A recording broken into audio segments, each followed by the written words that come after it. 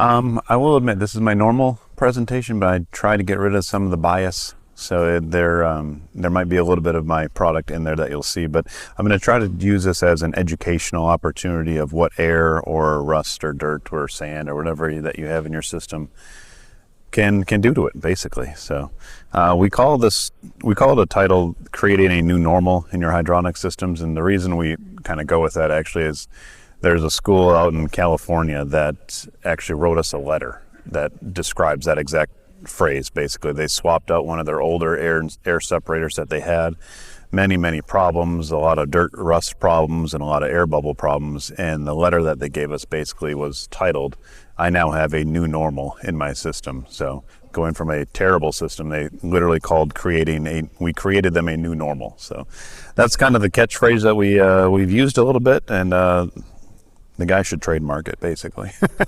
he wouldn't make any money, but he could trademark it, right?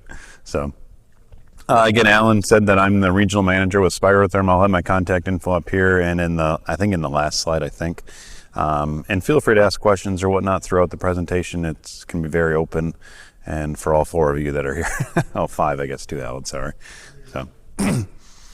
So a lot of my slides are going to be picture-based, basically. A lot of visuals and whatnot. I think there I have one slide that I might read a couple things off of it.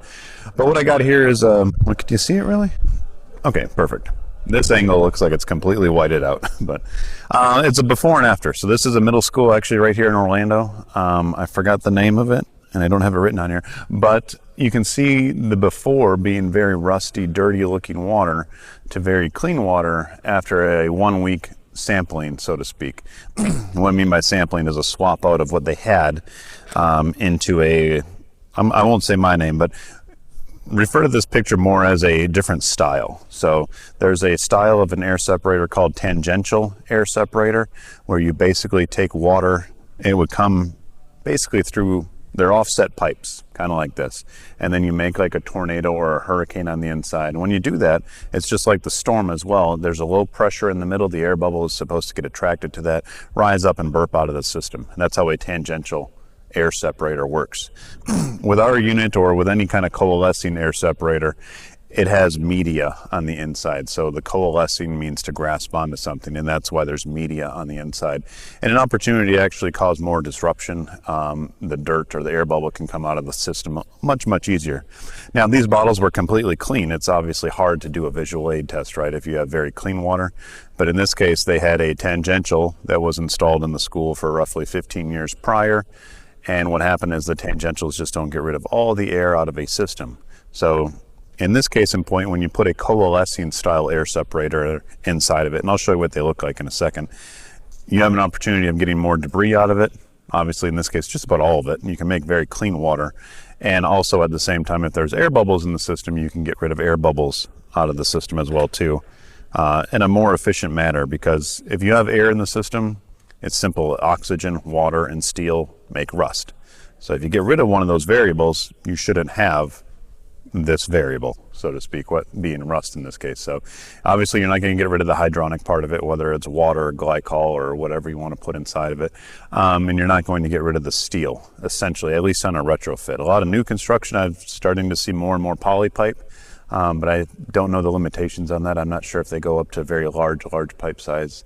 And since this is a university show, that's kind of what we deal with, is typically 14-inch pipe or in larger in these instances. So excuse me.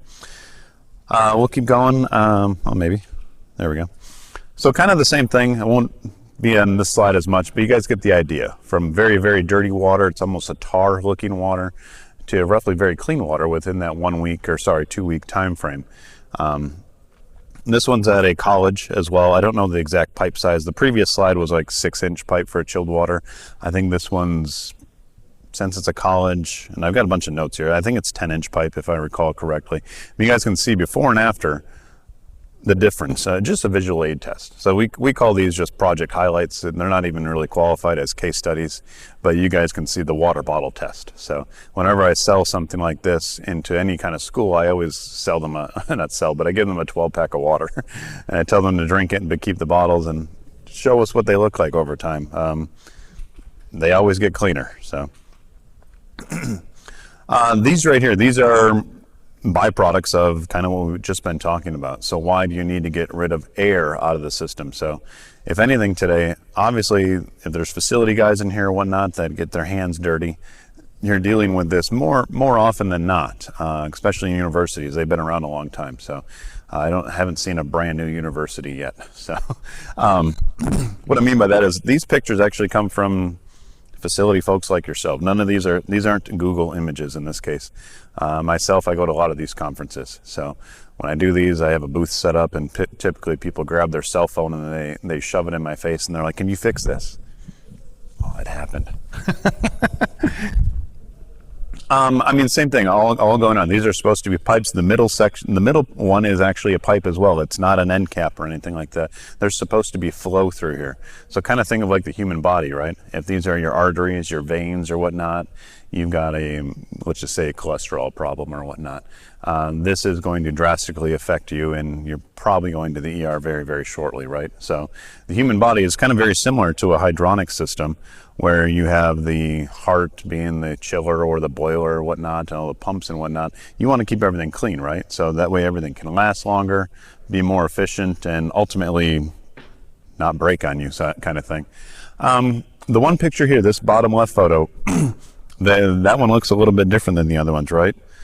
That's when you over-chemicalize something. So if you over-chemicalize it, and obviously the normal chemicals that I run into that people, when they have this type of problem, is a rust inhibitor.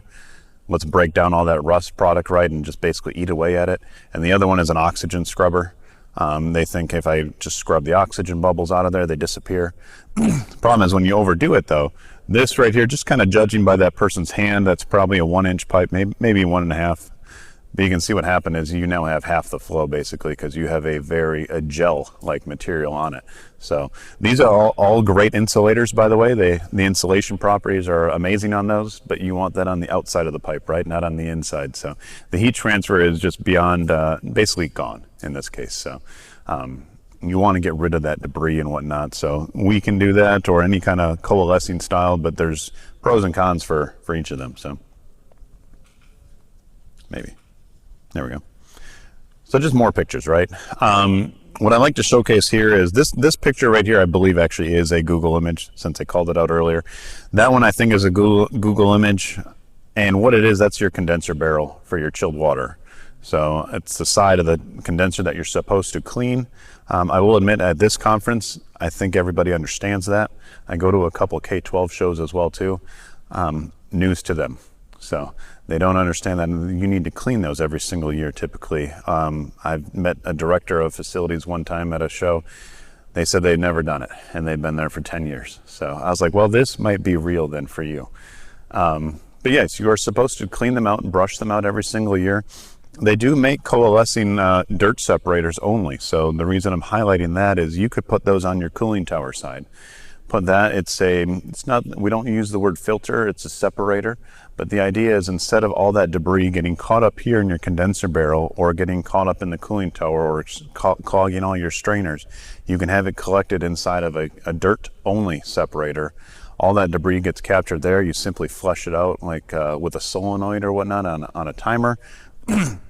Excuse me. And then the beauty of it, you don't have to brush those out every single year. You can do it every other year, every 3 years. It saves thousands of dollars typically, because each condenser barrel is roughly, depending on size, usually $2,500 to $5,000 per shot every single year. So why not just put a dirt separator on it instead? The ROI is typically 1 to 2 years in that case. So it happens very, very quickly. So same thing here. A bunch of other just kind of not random photos, so to speak, but talking about pumps in this case, they're gaskets. You get failed gaskets everywhere. So if you ever magnify what rust looks like, they're little razor blades flying around in the system, and gaskets are typically made out of some kind of a softer material, right? So over time, and this is obviously just kind of judging by the photo there, but you've got at least a 10 to 15-year-old system or greater in that case. Like I said, the gaskets just wear down. So we can help save the gaskets by getting rid of those razor blades that I mentioned. Same thing. I went to a school, this photo, I don't know where it came from, but I went to a school where they're like, you should have showed up a week ago, because we actually installed bag filters everywhere to try to make our water cleaner. And I was like, well, that's, again, the dirt is not the problem. It's the byproduct of the problem. You need to get rid of the oxygen out of the solution. So if you get rid of the oxygen, you don't make that. Same thing, a lot of pits and heat exchangers. We joke around, we call basically rusty water, we call it liquid sandpaper. Because that's essentially what it is. You got sandpaper, little rusty blades flying throughout the system. All right, so a little bit of education on this slide. So in a hydronic system, there's three forms of air inside of a hydronic system, whether it's entrained air, being the little bubbles that you can actually hear in a system. If you had clear piping, you could actually see them flying around in the system. If anybody's from up north or whatnot, and you have in-floor heating, you can hear the water moving in in-floor heating as well. It's that kind of stuff. The other form of air is free air or entrapped air. That's a large bubble, basically. Obviously, it can be anywhere in the system. Typically, they're stuck, though.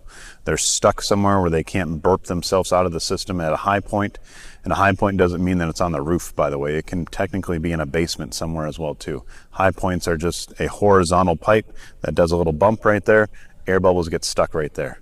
So anytime you have a bump that it can have an air bubble get stuck, and that can completely impede flow as well. So kind of keep that in mind, too. If you have an air trap, you have to get rid of that somehow. So, and obviously if those are stuck in cooling coils or heating coils, you're getting phone calls because somebody's hot and somebody's cold, because you've got air bubbles that are stuck in there, and that completely takes away from what the engineer was designing, right? So you want to make it efficient as possible. You want that hydronic fluid inside of it. And the last form of air is called dissolved air. And I'll admit these pictures I probably shouldn't show, but the dissolved air is air bubbles that you can't see. They're micro bubbles, invisible to the eye, but they displace evenly and completely within that fluid. So if you think I've gotten rid of the visual, if you could see the bubble, so to speak, you still have dissolved air within the fluid. And a tangential style air separator, they won't get rid of that.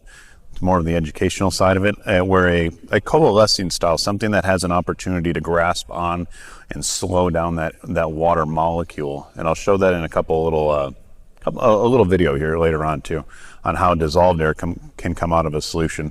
Now, the bottom numbers are the amount of air that you can absorb or get rid of out of a coalescing style air separator.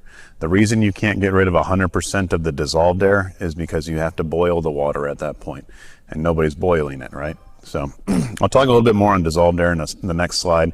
The tangentials, they live in the first two. They live in those world.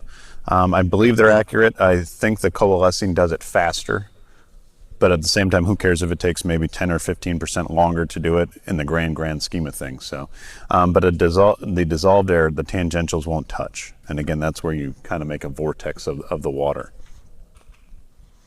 Excuse me. So this slide, it's actually one of the slides I got to read because I cannot memorize it for the life of me. But we're going to talk about dissolved air on this slide and where you see it in the world, basically, and how does it get in my system and in your hydronic system. So there's a law called Henry's Law, and it basically tells you based off temperature and pressure, how much dissolved air is within the fluid. So I'm going to read the top one, and that says, the amount of gas dissolved in water is in direct proportion to the partial pressure of the gas above the liquid. For me, it's a tongue twister as well. I can't quite say it every time.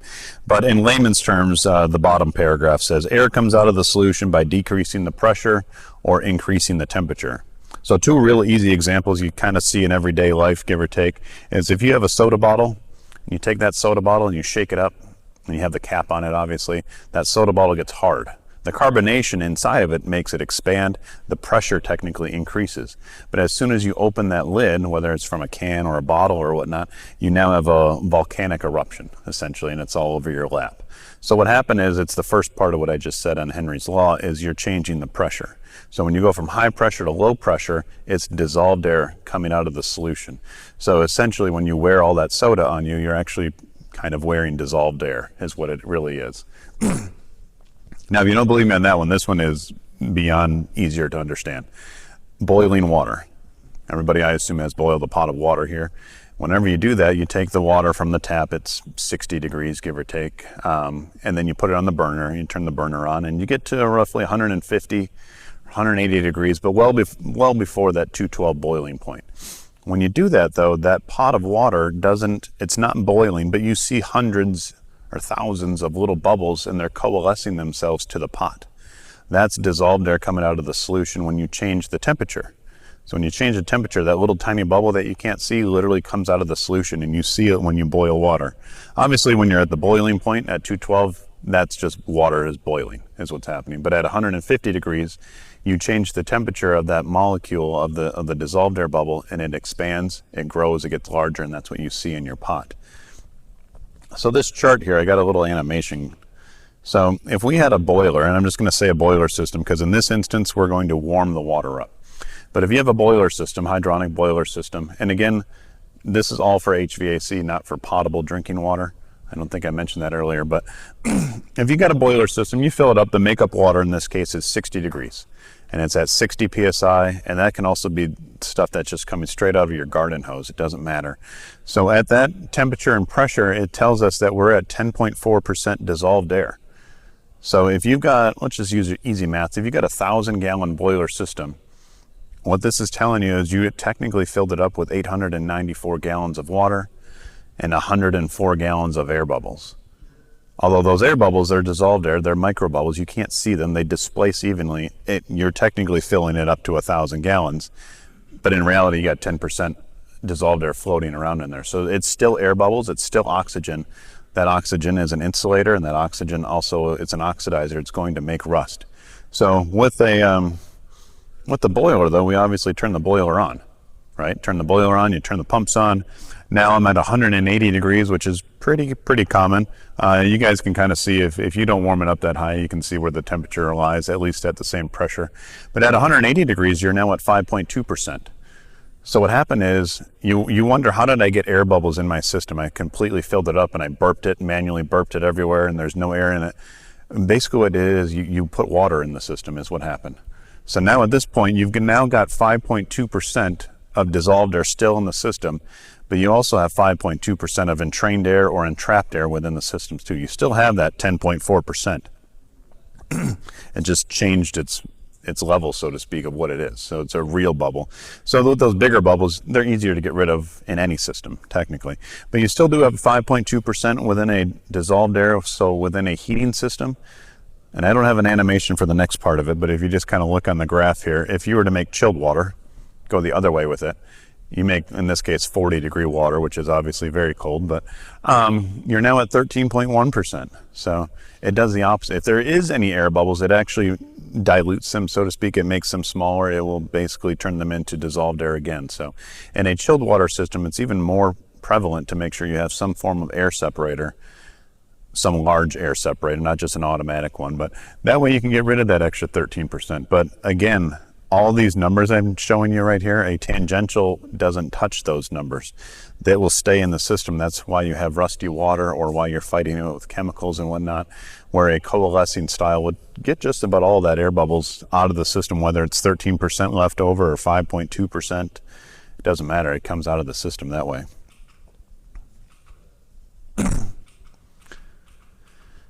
Do I have any engineers in here? Well, sorry, you do. Yes, sorry. Silly question. This one I'm going to go through kind of fast. There's a lot going on in this slide. It's a hydronics formula, universal hydronics formula. For the ones that don't know, it's very rudimentary. It's 500 times GPM times delta T. Really rough numbers of how to get your tonnage for a chiller. Very quick and easy. But what we're going to compare here is that number 500 represents water.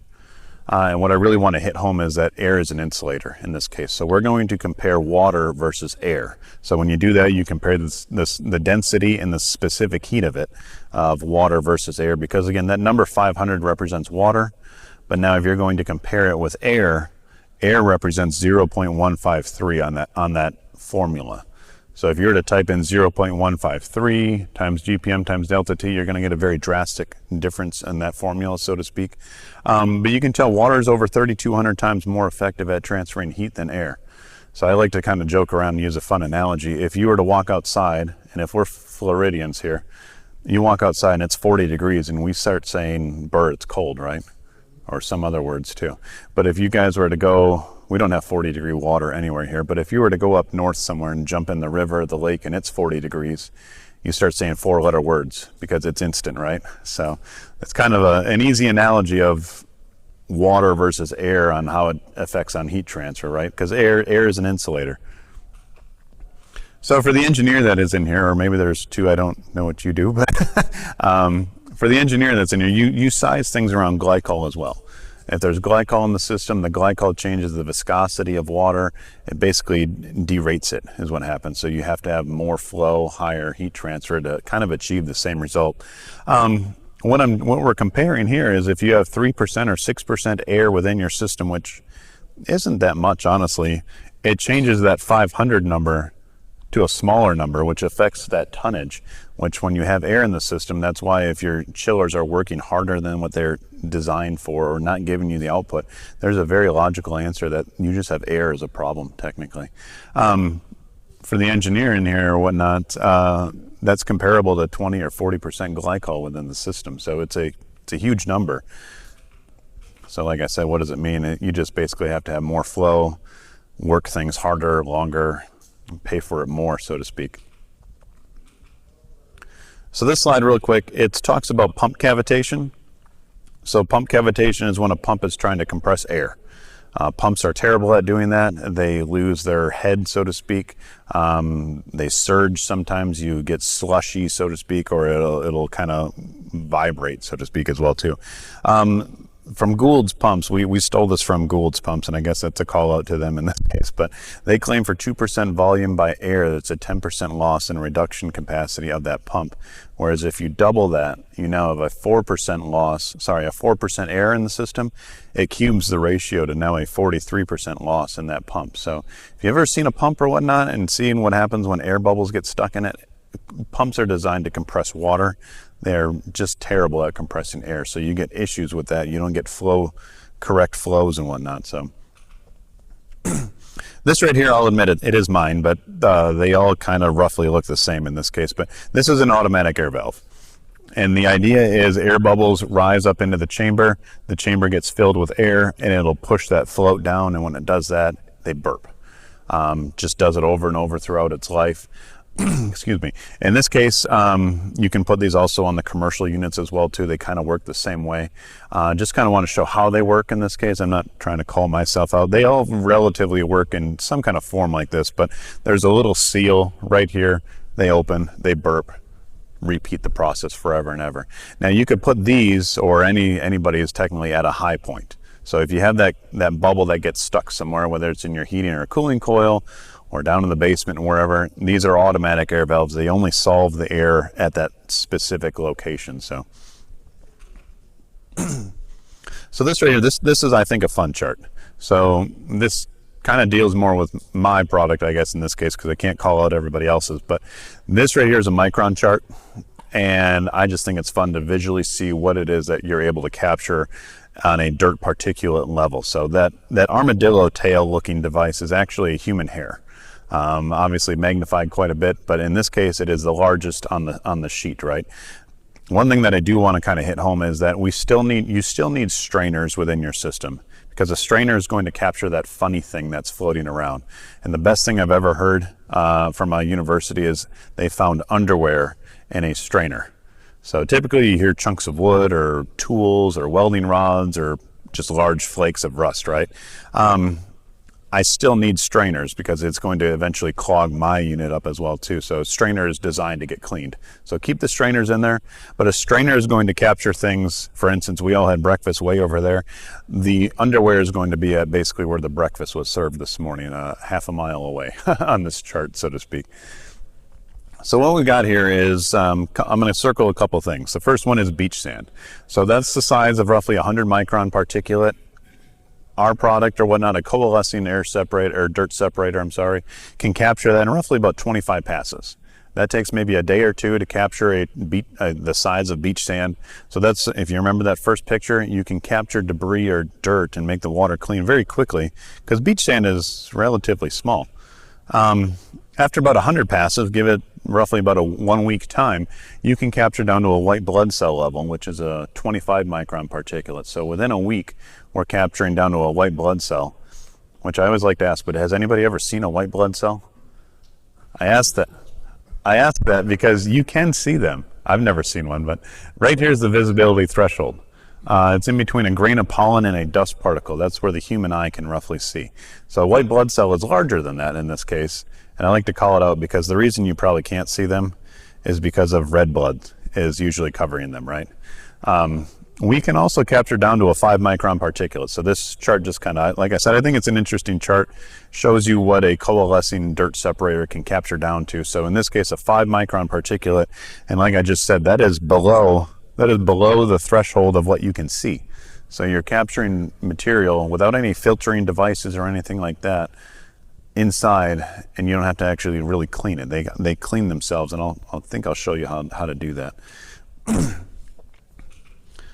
Now this one right here, I'm not so much showing my product, but a lot of them have this feature as well too. So in a coalescing dirt separator, there's always the fear of what if I don't clean the material on the dirt material, right? You have an option of having a removable head, and what it is, the bottom of the units can open up. You have an access point to do whatever you want with it. Is it needed? It's up to you, kind of thing, if you want that. There's ways of getting around that fear of what if I never clean it or do any maintenance on it, so to speak, and I'll talk about that in the next slide. But a lot of, even myself or my competitors, they're either made out of copper or stainless steel. If you're worried about what's going to happen to that material on the inside, again, mine's made out of copper. The reason is just because that's how they've always made it. It was designed as a heating element back in the 60s. So think of like a baseboard radiator. That was the design, but they realized it works very well in this case as well too. But I mean, like I said, mine's made out of copper. If you're worried about the copper breaking down or dissolving or whatnot, you probably have bigger issues before you notice it with mine, because all your fan coils and whatnot are also made out of copper. So if you've got copper that's eroding, you've got leaks everywhere else. You're going to notice it well before this, because I'm trapped in a steel vessel. As far as longevity, honestly, mine are probably just about any of them. They should last a very long time, because at least with the coalescing style, you're getting rid of just about 100% of all the air bubbles in that system. Therefore, it shouldn't rust, is the idea. Now, a tangential has a different story because they don't get rid of the dissolved air again. They will eventually rust out, and you'll have to swap them out after. They usually take a long time, and people don't notice them is kind of the trick of it. So when I talk about maintenance, I meant, if it works, there we go. If you have a glycol system, does anybody have glycol systems? Let's just skip it then. We'll go to the next one. So if you have a water system, hydronic system, right? This is how easy it is to make it maintenance free, essentially. So if you have a water system, you have, and it is a picture of my unit, but we all kind of look the same in this case. We just paint them different colors on the outside. I always recommend putting a T right here. That T acts as an access point. Assuming somewhere in front of here is also a strainer, still need that strainer to collect the underwear or whatnot. Because if you get something that's stuck in here, it's just going to stay there. So that T acts as an access point. You can physically put your arm through it or hand through it. Assuming, again, this is university stuff. It's big pipe, so it should be relatively very easy to do that. Obviously, shut the water, the flow off before you do that. But that blind T, it's an end point. You can simply take the cap off, have an access right there, pull out that underwear in that case, right? The other thing is right here, very simple. This is how you do the maintenance. So what will happen, let's just kind of pretend that bottom thing is, the bottom blue line is gone. What will happen is, and this goes for everybody too, you'll have a ball valve at the bottom, and if that ball valve never opens, you're going to have issues after like 5 or 10 years. And what that means is it's going to be filled with debris. And what will happen is you'll get a diagonal line right there on the unit, and it'll be a rust line is what will happen. And it rusts because it's completely filled with debris, and there's going to be basically an opportunity for rust in that case to happen. And we've seen it a couple times. It's not the best story, but the only way to fix it is swap it out, or just live with the fact you now have a very nice air separator, because that's what it'll still work. You can't physically clean them. What I mean by that, and I think in a couple slides from now, you'll see what the inside, well, the previous slide, you saw what happens. It's just filled with media. So even any kind of pressure washer, you can't take screwdrivers through it. It'll break them, basically, but you could try, I guess. But the idea is I always try to promote this, and I don't sell it. It's just it's an added, basically, comfort living for any of the facility guys, engineers. I try to tell the engineers to at least write it down somewhere. So instead, we just leave the valve wide open all the time. If that valve's open all the time, you can then have it go to a solenoid. So once you get that water clean, kind of remember that 5-bottle test in the beginning, if you get the water clean, you open that valve on a timer once a week for like 5 seconds, and it will be maintenance free at that point. So, and since it's water, just dump it down the drain. I've seen people put filter socks on the end of them just to see the proof in the pudding. By all means, that's fine.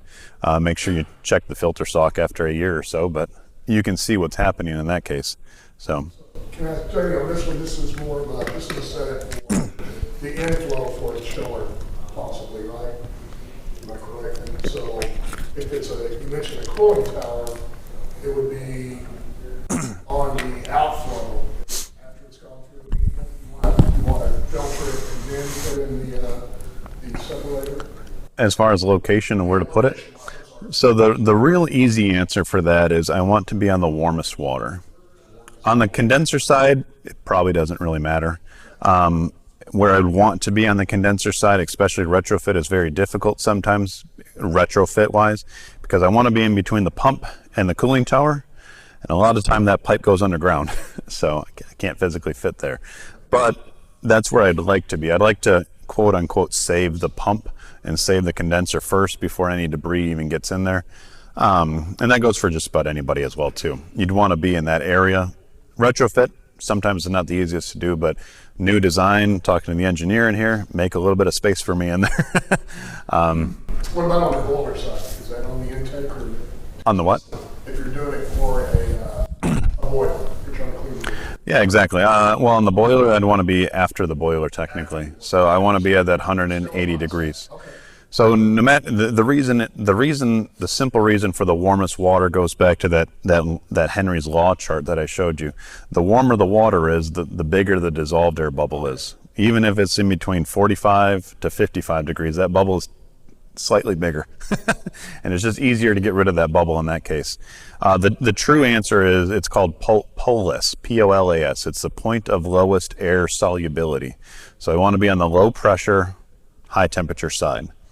Now in retrofit, you don't always get that perfect scenario. So it's kind of where do I fit in that case. It will work on the other side, it's just not sufficient, right? It just doesn't. Correct, correct. So these right here, this I will admit is also our demo unit, but I think it shows a great example as well of what a coalescing air and dirt separator is. And for the guys that haven't seen it, I do have this live if you want to play with it later at the booth later. But this right here, I'm just going to show a video. And you're not going to really see much going on. So no, this is an as designed system. I'm going to make fun of the engineer. This is what they think is happening in a system. There's no air bubbles going on. It's a perfectly 100% water system. Water is moving. There's a little circulator pump moving water around there right now. You didn't really see anything in that case because all the air bubbles are out of the system. That's what it's supposed to look like. Now this one, before I push play, and I'll admit, the first 2 seconds is going to wake you up. There's a squeaky chair. Can you see my mouse? No.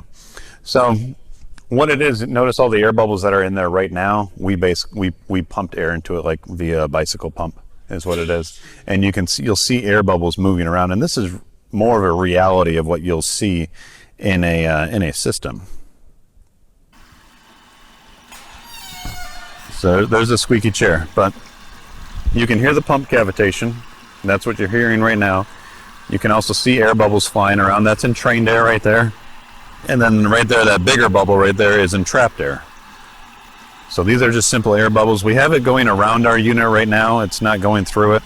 That bigger vessel that you see right there, that's an expansion tank. So you don't have to look at it, but when we put air into the system, the water has to technically go somewhere. So that's our fake expansion tank. And the next slide, the next one, and we can do this slide a couple times as well too. So pay attention to what'll happen is 3 things. You'll notice air bubbles rising up through here. You'll notice air bubbles getting less and less through the main chamber. And then you'll also notice over time that entrapped air bubble will peck away at it.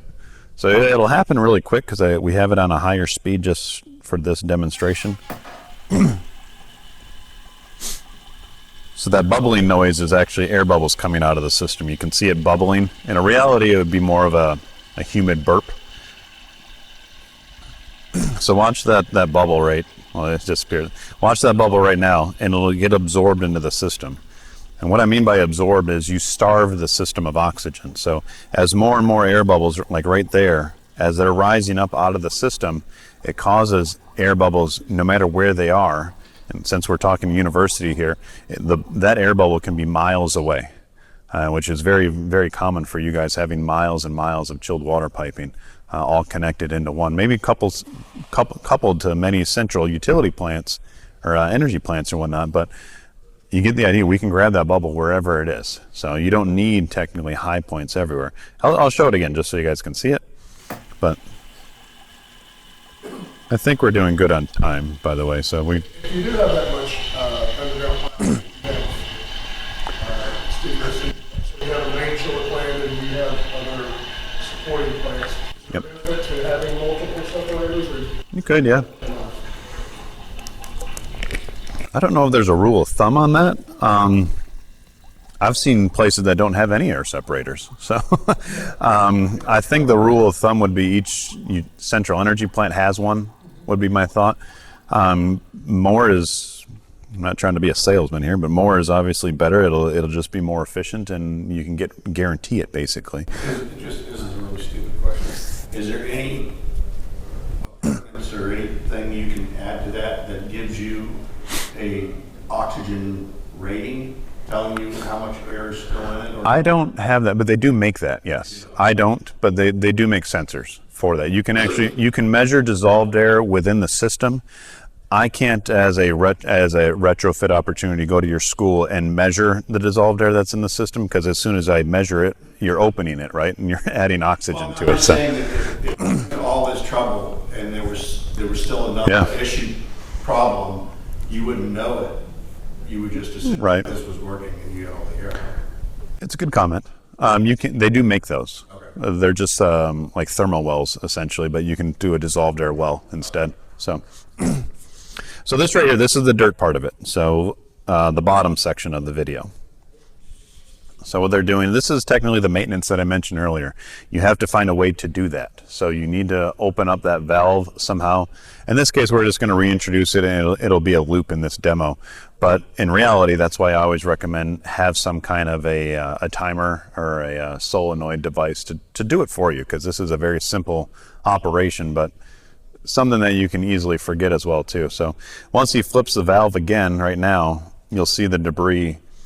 And basically the rule of thumb is if it sinks, we can capture it. So, and that kind of goes for everybody. Now each coalescing style dirt separator in this case, or air separator, we all make them a little bit differently. Mine is a complete volume filled vessel. Others do like a third fill, or they do less kind of thing. But on the outside, everything looks the same. It's the steel vessels all look the same. Different paint color typically, but it's really the inside that is kind of the difference. So I'm going to keep going. This right here, there's a lot of numbers on this slide. So kind of if you can just kind of break it out, there's a chilled water side and a heating hot water side.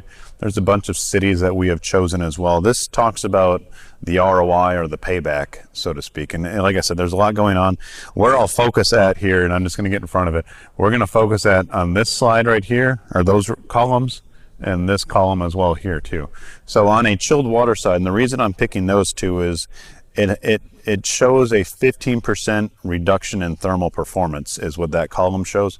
We typically see a 15% increase in capacity when you add a coalescing style air and dirt separator versus the tangential that you probably have. So you almost automatically receive a 15% increase in capacity, quote unquote.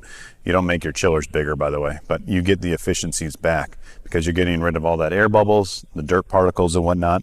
And the other part of it is in this formula, there's a 30% reduced pump performance. So you're going to have that pump cavitation that comes back. So it's kind of a total cost of ownership equation here. So since we have Tampa, we're just going to use Tampa here. What it is the simple payback in years is 0.17 years. So that's a couple months. And what we mean by that is this is more on the new design construction side of it. If you have budgeted, quote unquote, an air separator whether it's, I'll just say like Takeo or Bell and Gossett or something like that, where they have the tangential style.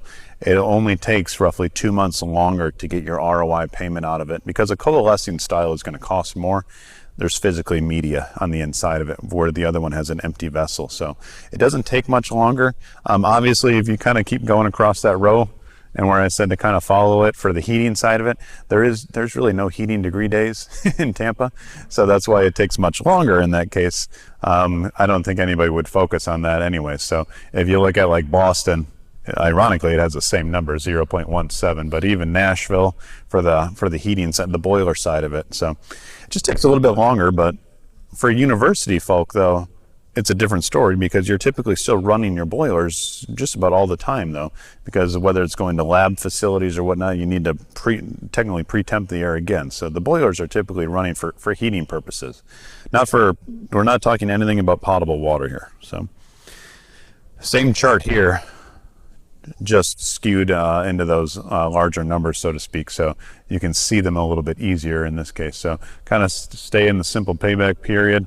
A lot of them are typically within that under year frame, and again, that's if you have a budgeted for an air separator as well too. So this is the payback of how much longer does it take to get your ROI back to go to something better, is essentially what we're showing here. So the next couple slides are, I think I'll be able to do this too. Next couple of slides are actually, I'll admit, my installs or whatnot, but these are just kind of fun stories. I think I got 3 of them. I'll show you. If you can see the picture on the bottom here, those 2 yellow globes, those are the big spirotherm units. So what they did at University of Nebraska was they started off with their boilers instead. So each building at Nebraska had their own boiler. So the ROI was easy to figure out, the payback, because you could isolate each building, and they're much smaller. They're only like 6-inch pipes, so it makes the investment much smaller as well too. They realized the ROI, the total cost of ownership, improved. So what they did was, why are we not putting this on our chilled water? And the obvious answer is money. So they are much larger in this case. So this was actually headed up by, if you know Lalit, the president of APA. He used to be at Nebraska as well, so he headed this one up as well. But technically this one, they put a roof over our head. Technically I don't need that. I'd probably recommend it at Nebraska. It gets very cold, but the issue and the reason they did that was because we physically did not fit inside of the previous utility plant. It's roughly 100 years old, so obviously the piping was ran underground though, so they brought the piping up before it, basically brought the piping up, poured a slab, installed our units, and then I think they actually built around it. Is the easy way to do it. Now, in a protected area, what's the life expectancy of that system? I mean, the units should last, honestly, 30 to 50 years would be my thought. There's nothing that's really going to break them down or anything like that. You just have to do that little maintenance, that little valve at the bottom, figure out how to open it. So, but as you can see, they're very large. These are 30-inch piping connections. Not the largest that we make, though. These units right here, these are 16-inch piping connections, and notice it does have that blind T that I mentioned earlier. These are both retrofit. So what happened before is the piping went straight up, and that's the same thing on the other side. These are 2 different units, but what I do like to show here is you don't have to worry about any straight piping or anything like that. It's how do I get water to any of the units, and that kind of goes for any of me or my competitors as well too. Just need to see water. How do you get water there? Up to you, so to speak, but you don't need a straight pipe run to make anything work. So and these are technically the biggest we make. We make a 36-inch piping connection, so that means the 36-inch right there. These pictures are kind of skewed because I tried to get them all on the same slide here, but notice the numbers on the top. 8 feet wide, 17.5 feet long, and if they had a true ratio, these things would actually be like around 40 feet tall, but nobody has that tall of a room, so we make them smaller, and we have to kind of pancake them a little bit. But you can see we do a full fill media. These ones, we designed them a little bit different back in the day. They're slightly different now, but the reason that we stop at 36-inch piping connections is literally because of this right here. I need 2 trucks side by side going down the road otherwise, right? And nobody wants to do that. So that's how we make them. We make them large and big, and the yellow adds 5 horsepower. So, Chicago. So this is what a bundle looks like. So if you're kind of wondering what they are on the inside, the vessel is completely filled with this type of media. And again, this is at least for my product. Other vendors, manufacturers do different styles, but you can get away with the word coalescing by putting any kind of media on the inside. So this right here, this is a little video of our demo unit again. I think it's my last slide. But this shows what happens when you do a partial fill. So again, this is my demo unit, obviously, and with my media. Right there's about a third fill. So when you fill it a third of the way, notice the debris and whatnot that is still churning. And I'm kind of advertising against myself here. But what happens is when you do a full fill media, it allows that churn to stop. And it allows all the debris to stay at the bottom. And the air bubbles do the same thing. The air bubbles usually float around and whatnot, even at the top. They always don't go to the top and rise up because there's usually a float right there that kind of impedes it. But if you have dissolved air bubbles, it would definitely do the same thing that the debris did right there. So The media actually floats up and down? ours does not, no. Just there's a float on the inside of everybody's. That's how it burps. But the media, no, the media will stay there. It'll look just like that previous picture I showed just now. I just realized I didn't talk about the dissolved air. The dissolved air, for instance, in the previous video, there's little bubbles that basically get captured onto these units, onto the edges. And the reason that there's media is you need to have edges. And those edges provide an opportunity to absorb the dissolved air out of the fluid. So if you remember that high point bubble that got absorbed into the fluid, it's the same exact way dissolved air gets absorbed into it by, even if there's a bubble here, well, there's actually bubbles right here. So if there's bubbles up here, a more logical spot for them to be, what'll happen is those dissolved air bubbles will get attracted to any bubble that's there. And it's like a lake effect. The reason it's a cross section is you break these out into thirds. You have a bottom third that's very calm, in this case, to keep the debris down. And the same thing at the top. The top third provides a very calm area for that bubble to kind of just do its thing, grow, absorb the dissolved air, and then just rise up and be buoyant and burp out of the system.